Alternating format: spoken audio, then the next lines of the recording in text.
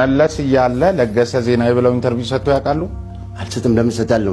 የሀገሪቱ እኮ እንትን ነው። እና ታዲያ አሁን ስለሌለ ለምን እንደሱ ቢኖርም ባይ ቆይ መለስ ያው በፓርላማ ያቁታል መለስ እላለሁ። እሺ ቆይ ያቁታል ከሆነው ሲዳሞ አካባቢ ሆነው እጅ የሰጡት ለሀየሎም ነው።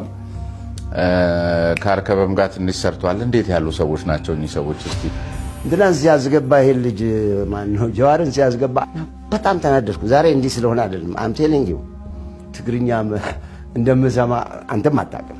ስሜ ደግሞ እንዳጋጣሚ ገብሩ ነው።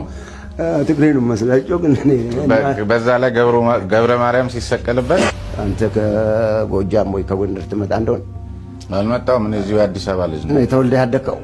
አይደለም እዛ ሄደ ብትመጣም ኃይለኛ ነገር ስለተናገርኩት እኛም ብቻ አይደለም ነፃ ወጣ ነው ኢሳፋንም ነፃ አውጥተናል። ከትብ ኢሳፋ እውነቱ ነው ነፃ አውጥቶታል። ምሮታልም እንጂ ማርኮ ምሮታል በሀየሎም በኩል if you cannot play or know if you don't know the art ፖለቲከኛ መሆን አትችልም።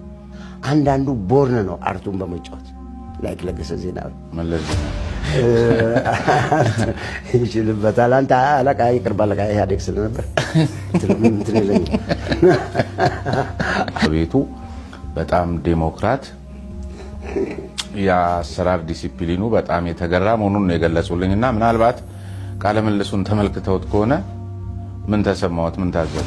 አፈርኩ። ዶክተር አብይ ሲመጡ በጣም መደሰቱን ግን ያልደነሱ መሆኑን ገልጸው ነበር። አሁን ያ ደስታው ወደ ዳንስ የተቀየረበት አጋጣሚ አለ?